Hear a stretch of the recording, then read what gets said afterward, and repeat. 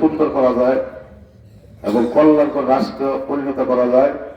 যারা আত্মহতি দিয়েছে, যারা রক্ত দিয়েছে, যারা জীবন দিয়েছে, যারা এই দেশের জন্য তাদের সন্তানদেরকে পঙ্গু করেছে, মা বোনেরা ইজ্জত দিয়েছে, সব মিলিয়ে তাদের যে আত্মত্যাগ, তাদের যে আপনার ইচ্ছা ছিল, সেই ইচ্ছা ছিল সাম্য, মানবিক মর্যাদা, সামাজিক ন্যায় বিচার।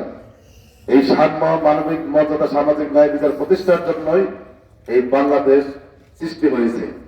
আমরা তাদের রুহের মাগফিরাত কামনা করব, তাদের আত্মার মাগফিরাত কামনা করব। যথাযথ হবে যদি আমরা সাম্য, মানবিক সামাজিক ন্যায় বিচার প্রতিষ্ঠার জন্য আমরা চেষ্টা করি। কথা ঠিক কিনা? যদি আমরা তাদের যে উদ্দেশ্য ছিল, তাদের যে লক্ষ্য ছিল, তাদের যে প্রত্যাশা ছিল, এটা যদি আমরা যথাযথ পূরণ করতে পারি, তাহলে আমরা তাদের যোগ্য উত্তরসূরি হব। তাহলে আমরা তাদের কি যথার্থ আমরা কি কৃতজ্ঞতা স্বীকার করা হবে। আর এর বাইরে যদি আমরা চেষ্টা করি, সাম্য নাই, সাম্য মানবিক মর্যাদা নাই, সামাজিক ন্যায় বিচার নাই, তাহলে আমি বলি তাদের আত্মা কষ্ট হবে। যাই হোক, আজকের এই 16ই ডিসেম্বর বিজয় দিবসে বিগত জুলাই বিপ্লবের যে একটা নতুন পরিবেশ সৃষ্টি হয়েছে, তাদের একটা উদ্দেশ্য ছিল বৈষম্যহীন বা বৈষম্য মুক্ত সমাজ ব্যবস্থা। চৌকিদার থেকে শুরু করে রাষ্ট্রপতি পর্যন্ত এখানে বৈষম্য থাকা যাবে না। সমাজের ছোট বড়, ধনী গরিব, সাদা কালো, এবং টাকাওয়ালা, পয়সাওয়ালা, অর্থওয়ালা, সকল শ্রেণী পেশার যার যার নির্ভেজাল, ইনসাফপূর্ণ এবং নিষ্কণ্ঠ যার যার অধিকার নিয়ে সে বাঁচবে।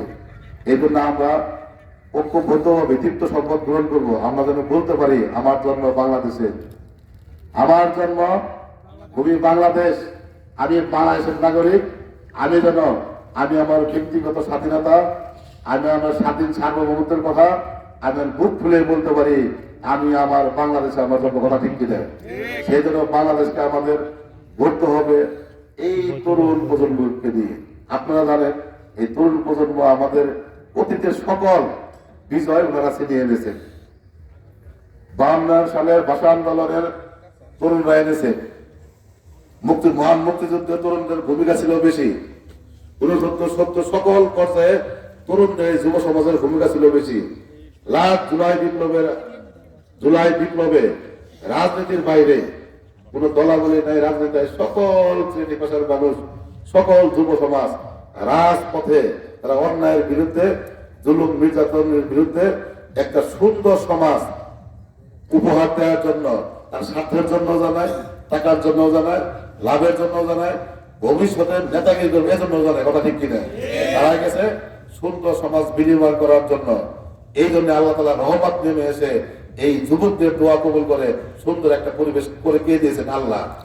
এই জন্য ইনশাল্লাহ আমরা হাতে হাত, কাঁধে কাঁধ মিলিয়ে সকল প্রকার হিংসা, প্রতিহিংসা দূর করে আমরা এই বাংলাদেশের নাগরিকের যে প্রত্যাশা আছে, দেলদর নাগরিকের মানুষের প্রত্যাশা আছে, টাঙ্গাইলবাসীর যে প্রত্যাশা আছে, সেই প্রত্যাশা পূরণ করার জন্য আমাকে আপনাকে অগ্রণী ভূমিকা রাখতে হবে। এই জন্য রাজি আছেন না ইনশাল্লাহ? এখন আজকে আমাদের এই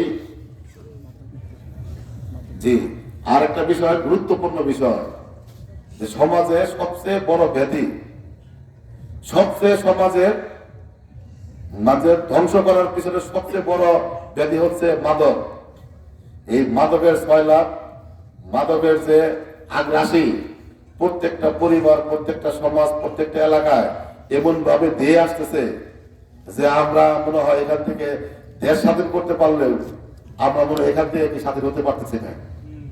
এই জন্য আমি মনে করি এই মাদকের সাথে যারা জড়িত এবং যারা মাদক কারবারের সাথে জড়িত আছে, আমাদেরকে সর্বোচ্চ সতর্কতার সহিত আপনার প্রতিরোধ করতে হবে, প্রতিবাদ করতে হবে, শান্তভাবে ব্যবহারের মাধ্যমে, যাতে আপনার আচরণের মাধ্যমে অনুপ্রাণিত হয়ে তারা যাতে কি পরিবর্তন হয়।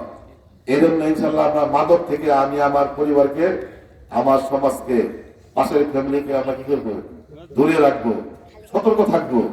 কারণ মাদক যারা সেবী হয়, দেখবেন একটা ছাত্রের মধ্যে যদি ঢুকে যায়, সে ছাত্র থাকে না।